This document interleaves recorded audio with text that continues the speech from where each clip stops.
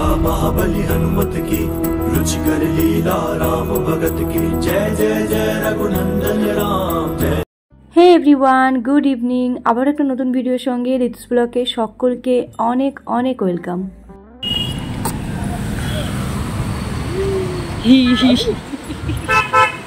তুই যাবি না? যেতে হবে না, চলো বাড়ি চলে। যাবে যাবে কটা গাড়ি? হ্যাঁ শোনা শোনা, কোথায় যাচ্ছ আমরা? ওই দিকে জুতো খোল, উল্টে যায় না, দেখে উঠে দাঁড়া, মাথায় লাগে না। এইদিকে দেখো, এইদিকে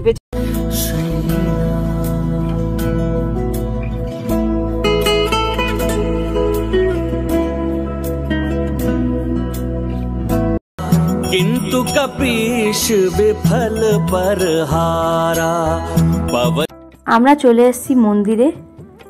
আমাদের বাড়ি থেকে 10 থেকে 15 মিনিটের দূরত্ব এই মন্দিরটি।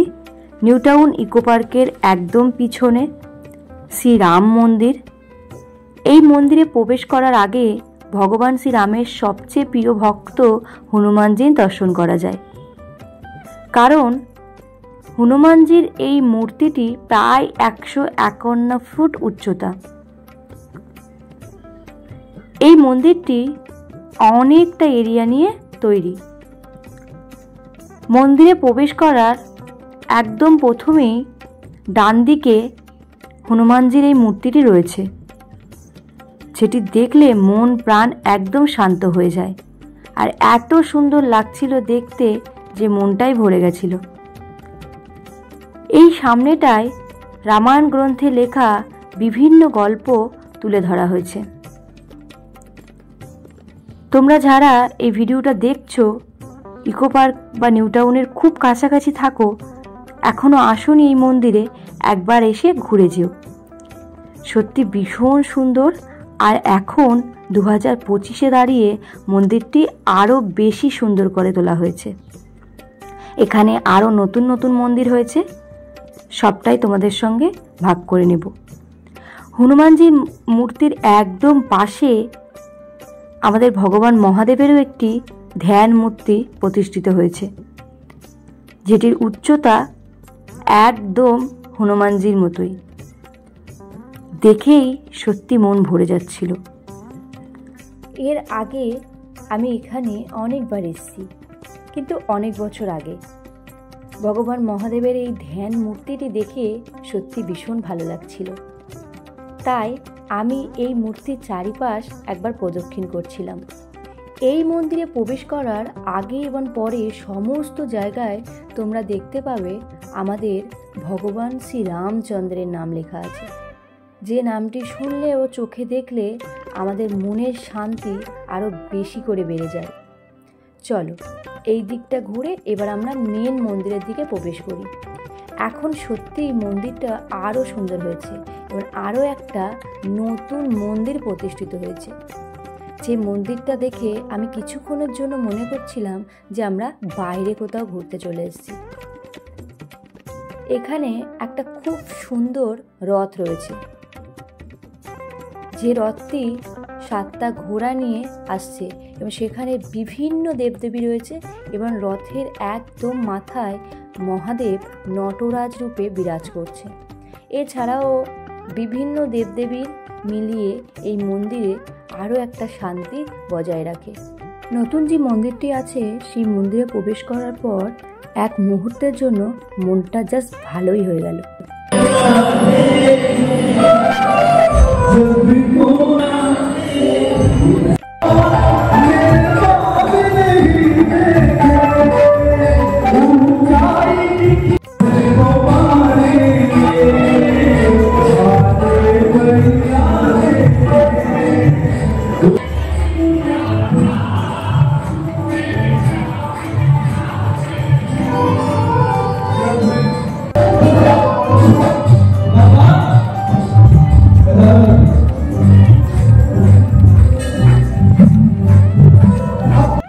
নতুন এই মন্দিরটি যতবার দেখছি চোখ জুড়িয়ে যাচ্ছে, মুগ্ধ হয়ে তাকিয়ে আছি এই মন্দিরটির দিকে, এত সুন্দর।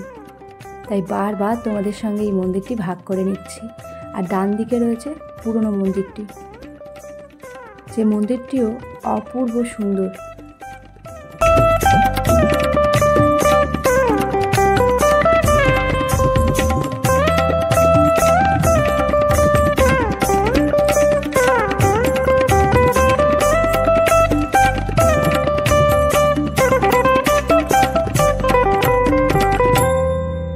মন্দিরটি থেকে ঘুরে আমরা এখন যাচ্ছি নিউ টাউনের দিকে, আরও একটি সুন্দর জায়গায় ঘুরতে।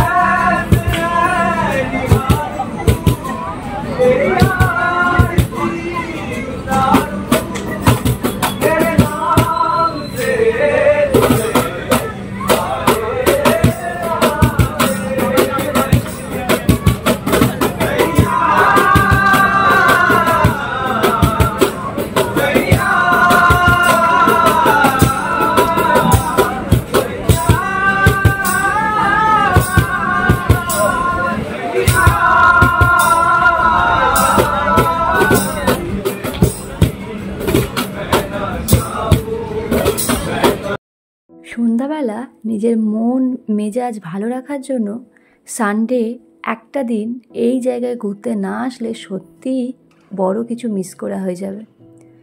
আমরা ওই মন্দিরটি ঘোরার পরে এখানে এসেছিলাম ঘুরতে আর একটু সন্ধ্যাবেলা খাওয়া দাওয়াটা কমপ্লিট করতে। প্রথমত নেওয়া হয়েছিল একটি মিক্স চাউমিন আর তার সঙ্গে মোমো। মোমোটা ছিল এত সুন্দর আর এত টেস্টি, মনে হচ্ছিল যে পাহাড়ে বসে পাহাড়ের কোনো মোমো খাচ্ছি, যেটার কোনো তুলনা হবে না, এত সুন্দর খেতে ছিল।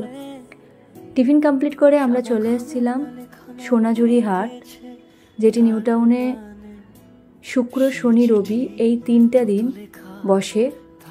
অনেক দিন আগে আমি শুনেছিলাম, আজকে ফাইনালি আসতে পারলাম এত সুন্দর একটি জায়গায়, যেখানে নিজের হাতে বানানো সমস্ত কিছু তোমরা পেয়ে যাবে। এখানে আসার পর প্রত্যেকটা জিনিস দেখে আমার একটা কথাই মনে হচ্ছিল যে কোনটা ছেড়ে কোনটা নেওয়া যায়।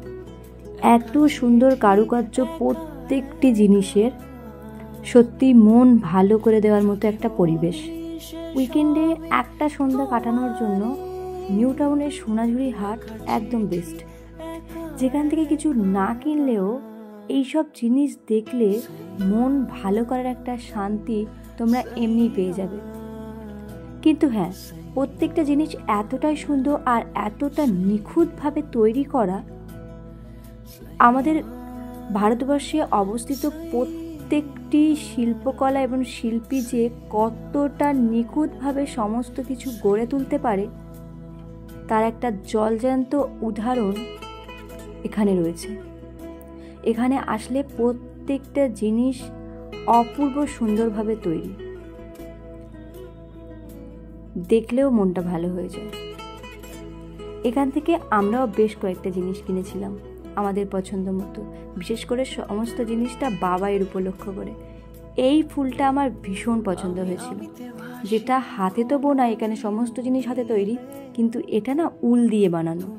যে উল দিয়ে আমরা বিভিন্ন রকম জিনিস বানাই, বাচ্চাদের জন্য সোয়েটার, টুপি, মফলার, এই সমস্ত আসন সেই উল দিয়েই বানানো কিন্তু প্রত্যেকটা ফুল এবং ফুলের মালা। আর ভিড়টা দেখছো কতটা মানুষ এখানে আসছে, সত্যি ভীষণ সুন্দর। এখানে দেখলাম গয়না বড়ি আছে। গয়না বড়ি এর আগে বহু জায়গায় নাম শুনেছি, সামনে থেকে দেখার সৌভাগ্য এর আগে হয়নি, আজকে প্রথম দেখলাম, সত্যি ভীষণ সুন্দর। আরও একটা জিনিস দেখে আমার খুব ভালো লাগলো, সেটা হলো এই জিনিসগুলো কাঠের উপরে নিজেদের নাম এবং বাড়ির যে মেন বোর্ডটা হয় সেটা বানানোর জন্য এখান থেকে পারলে একটা জিনিস তোমরা কিনে নিয়ে যেতেই পারো। আজকে তো আমাদের সন্ধ্যাটা জাস্ট দুর্দান্ত কেটেছে, তারা তোমরা ভিডিওর মাধ্যমে দেখে বুঝতেই পেরেছো। তোমাদের ভিডিওটা কেমন লাগলো অবশ্যই জানিও, ভালো লাগলে লাইক কমেন্ট শেয়ার করো, আর তোমরাও পারলে একবার ঘুরে যাও। আজকের মতো বাই।